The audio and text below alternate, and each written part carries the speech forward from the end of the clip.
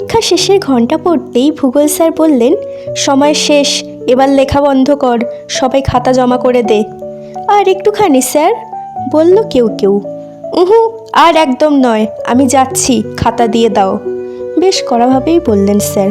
ভূগোল স্যার খুব রাগী মানুষ, সময়ের ব্যাপারে উনি কোনো রেয়াত করেন না। স্যার চেয়ার ছেড়ে উঠে ছেলেদের কাছে গিয়ে একে একে খাতা নিতে থাকলেন। কেউ কেউ তখনও তাড়াতাড়ি করে লিখে চলেছে। স্যার তাদের লেখা থামিয়ে খাতা কেড়ে নিলেন। শঙ্করের কাছে দাঁড়াতেই সে তাড়াতাড়ি করে খাতা জমা দিয়ে দিল। শঙ্কর অবশ্য অনেক আগেই তার লেখা থামিয়ে দিয়েছে। স্যার চশমার ফাঁকে ওর দিকে তাকিয়ে জিজ্ঞেস করলেন, কী রে, সব ঠিকঠাক লিখেছিস তো? হ্যাঁ স্যার, মাথা নিচু করে বলল শঙ্কর। স্যার আবার জিজ্ঞাসা করলেন, তুই নাকি অন্যান্য বিষয়ের পরীক্ষায় ঠিকমতো লিখতে পারিসনি? ও মাথা নিচু করেই থাকে, কোনো কথা বলে না। স্যার বললেন, ঠিক আছে, আমার খাতাটা দেখলেই বোঝা যাবে। এই বলে স্যার অন্য বেঞ্চে চলে গেলেন। শঙ্কর প্রশ্নপত্রটা ভাঁজ করে পকেটে রেখে দিল। সবার খাতা সংগ্রহ করে স্যার ক্লাস থেকে বেরিয়ে গেলেন। উনি বেরিয়ে যেতেই পরীক্ষার হলের নীরবতা ভঙ্গ হলো। এই, তুই কোনটা লিখেছিস? আমি 2 নম্বরের উত্তরটা লিখতে পারিনি। এটার উত্তর কি হবে রে? আমি তো এই লিখলাম। এ ধরনের কথাবার্তা ভেসে আসতে লাগলো ছেলেদের মধ্যে থেকে। কেউ বা অন্যের উত্তরের সঙ্গে নিজের করা উত্তরটা মিলিয়ে নিতে লাগলো। শঙ্করের কিন্তু মোটেও এসবে মন নেই। ধীরে ধীরে সে পরীক্ষার বোর্ড, পেন, পেন্সিল ব্যাগে ভরে নিয়ে বেরিয়ে গেল পরীক্ষার হল থেকে। পাশে বসা অনিন্দ তাড়াতাড়ি করে ব্যাগ গুছিয়ে নিয়ে শঙ্করের কাছে গিয়ে বলল, কী রে, পরীক্ষা ভালো হয়নি? শঙ্কর কোনো উত্তর দিল না। অনিন্দ ওর কাঁধে হাত রেখে বলল, কিচ্ছু চিন্তা করিস না, ঠাকুরকে ডাক, পাশ করে যাবি। শঙ্করদের বার্ষিক পরীক্ষা আজ শেষ হলো। সদ্য বাঁধন ছাড়া জলস্রোত যেমন স্ফূর্তিতে কলকল শব্দ তুলে বয়ে চলে, তেমনই পরীক্ষার বন্ধন থেকে মুক্তি পেয়ে ছেলেরা স্বতঃস্ফূর্তভাবে কথা বলতে বলতে পরীক্ষার হল থেকে বেরোতে লাগলো। কয়েকদিন পর পরীক্ষার ফলাফল বেরোবে। এই কদিন তারা ঝাড়া হাত পা। সবার মধ্যেই এই পরীক্ষা নামের বন্দিদশা থেকে মুক্তির আনন্দ। অনেকে আবার এই ছুটির দিনগুলোতে কি করবে বা কোথায় ঘুরতে যাওয়ার পরিকল্পনা করছে, সেখানে গিয়ে কি করবে সেসব কথাই বলছে। শঙ্করের সেসব কোনো পরিকল্পনা নেই। পরীক্ষার পর বেড়াতে যাওয়া তো দূরের কথা, বরং আজ ঠিক পরীক্ষা শেষ হওয়ার মুহূর্ত থেকেই তাকে একটা দুশ্চিন্তা গ্রাস করছে ধীরে ধীরে। শঙ্কর পরে ক্লাস 8-এ, ক্লাস 5-এ ও এই বছর স্কুলে ভর্তি হয়েছিল, সরকারি স্কুল। পড়াশোনায় খুব ভালো না হলেও প্রতিবার সে মোটামুটিভাবে পাশ করে যায়, ফলে ক্লাস 8 পর্যন্ত উতরে যেতে তার কোনো অসুবিধা হয়নি। কিন্তু ক্লাস 8-এ ওঠার পর থেকে তার পড়াশোনার মতি যেন কমতে থাকে। হাফ ইয়ারলি রেজাল্টের তার 4টে বিষয় ফেল ছিল।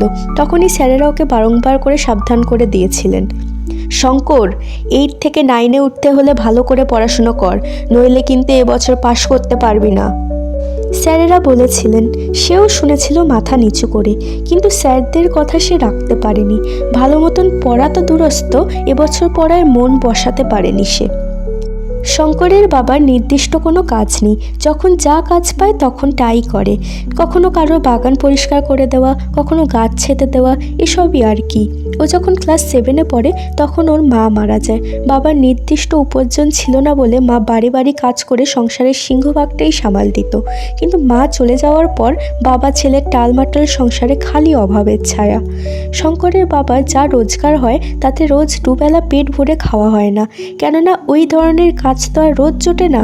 তার উপর প্রায়ই শরীর খারাপ নিয়ে ওর বাবা বিছানায় শুয়ে থাকে, তাই বেশিরভাগ রাত্রিবেলা জলমুড়ি খেয়ে শুয়ে থাকতে হয়।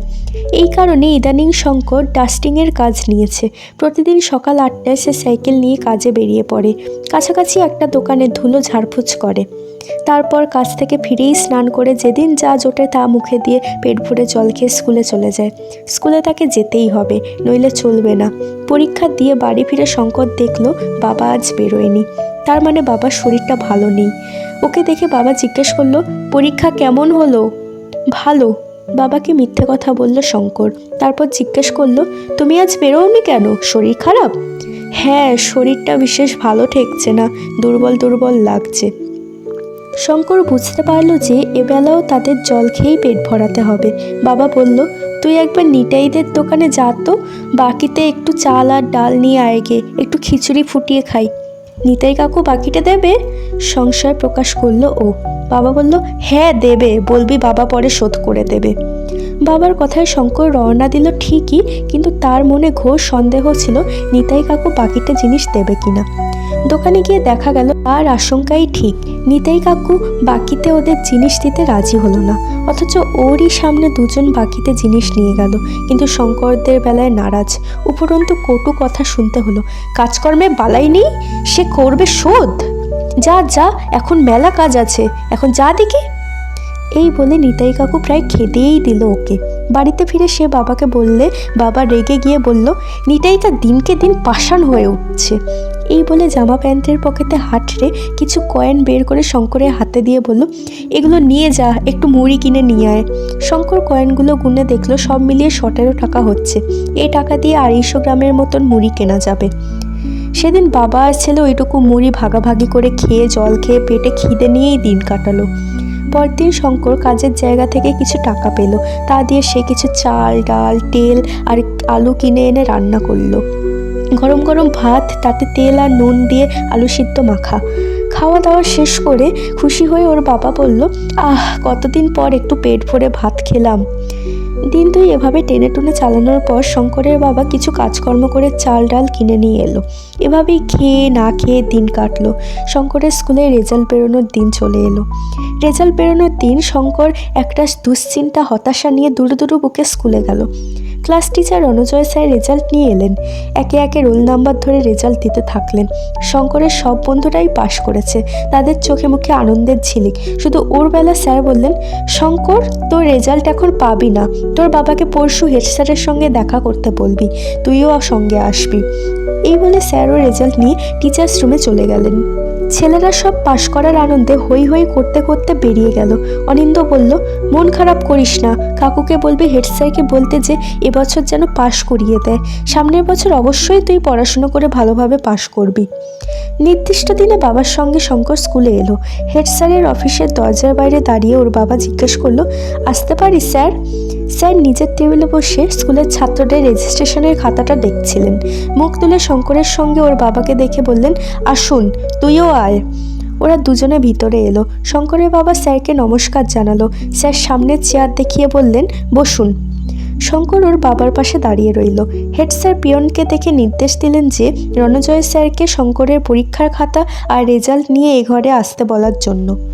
পিয়ন বেরিয়ে গেলে হেড স্যার গম্ভীর মুখে শঙ্করের বাবাকে বললেন, আপনাকে এখানে ডাকার কারণ হলো আপনার ছেলের পরীক্ষার খারাপ রেজাল্ট। এবার অ্যানুয়াল পরীক্ষায় ও 5টা বিষয়ে ফেল করেছে। ইতিমধ্যেই রণজয় স্যার শঙ্করের রেজাল্ট আর পরীক্ষার খাতার বান্ডিলটা নিয়ে এলেন। হেড স্যার রণজয় স্যারকে বসতে বললেন, ও রেজাল্টটা আমাকে দিন। রণজয় স্যার রেজাল্টটা হেড স্যারকে দিলে উনি শঙ্করের বাবাকে বললেন, এই যে আপনার ছেলের রেজাল্ট, দেখুন 5টা বিষয়ে ফেল করেছে। এই অবস্থায় ওকে ক্লাস 9-এ তুলি কী করে? 9 আর 10 ভাইটাল ক্লাস, এরপরেই বোর্ডের পরীক্ষা। শঙ্করের বাবা রেজাল্ট হাতে নিয়ে দেখলো 5টা বিষয়ের নিচেই লাল কালির দাগ। লেখাপড়া না জানলেও নম্বরের নিচে লাল কালির দাগ দেখে সহজেই বুঝে গেল ব্যাপারটা। অবাক হয়ে শঙ্করের দিকে তাকালো। সে মাথা নিচু করে দাঁড়িয়ে আছে। রণজয় স্যার বললেন, এবার আমরা প্রশ্নপত্র খুবই সহজ করেছিলাম। স্যারেরা এমন প্রশ্ন করেছিলেন যাতে ছেলেরা লিখতে পারে। সেক্ষেত্রে সবটা লিখতে না পারলেও কিছুটা লিখলেই আমরা চেষ্টা করি নম্বর দেওয়ার, যাতে ছেলেরা পাশ করে যায়। কিন্তু ওর খাতা দেখুন, বলতে গেলে ও প্রায় সব পরীক্ষাতেই সাদা খাতা জমা দিয়েছে। আমরা নম্বরটা দেব কিসের ভিত্তিতে? এই বলে উনি শঙ্করের পরীক্ষার খাতার বান্ডিলটা খুলে ওর বাবার হাতে দিলেন। খাতার পাতাগুলো মেলে ধরে শঙ্করের বাবাও অবাক হয়ে গেল। হেড স্যার বললেন, সরকার নিয়ম করে দিয়েছে ক্লাস 8 পর্যন্ত পাশ ফেল থাকবে না। তাই এবার ওর খারাপ রেজাল্ট হওয়া সত্ত্বেও নিয়ম অনুযায়ী ওকে 9-এ উঠিয়ে দেওয়া হবে ঠিকই, কিন্তু কঠিন পরিশ্রম না করলে 9 থেকে ওকে 10-এ তোলা যাবে না। কথাটা মনে রাখিস শঙ্কর। এ কথা শুনে শঙ্কর বিহ্বল হয়ে হেড স্যারের দিকে মুখ তুলে তাকালো। মনে থাকবে? ভালো করে পড়বি তো? মাথা নাড়িয়ে সম্মতি জানায় সে। রণজয় স্যার বললেন, আচ্ছা শঙ্কর, তুই তো এতটা খারাপ ছিলি না, আগের ক্লাসগুলোতে ভালোভাবেই তো পাশ করে যেতিস, কিন্তু এবছর এমন খারাপ রেজাল্ট হলো কি করে? একদমই কি পড়াশোনা করিসনি?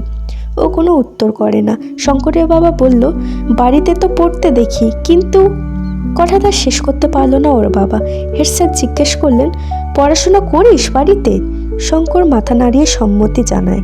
রণজয় স্যার বললেন, তাহলে এত সহজ প্রশ্নের উত্তরগুলো দিতে পারলি না কেন? তুই কি এর কোনোটারই উত্তর জানিস না? শঙ্কর চুপ করে থাকে। হেড স্যার গম্ভীর স্বরে বললেন, স্যার যা জিজ্ঞেস করছেন তার উত্তর দে। এবার সে খুব আস্তে আস্তে বলল, কিছু কিছু জানি স্যার।